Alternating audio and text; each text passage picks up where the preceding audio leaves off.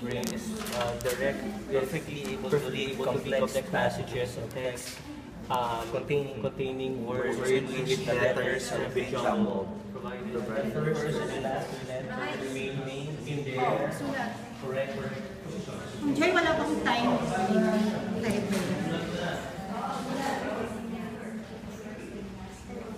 Yeah, for the first three, you have to write it, so maybe you can assign someone for that. You have to write the answer.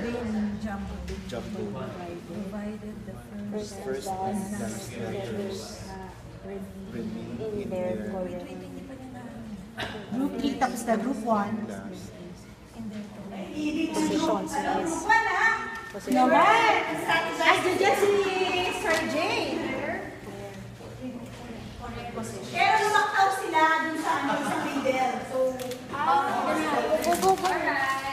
may nasusulat ha? Kailangan nasulat yun. Okay, very good.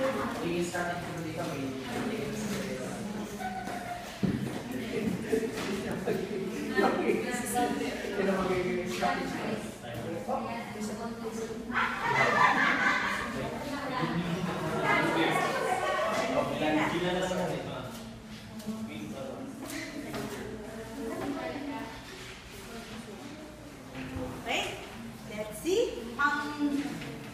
You have to detach and then it's a puzzle. It's a code. The last part is a code.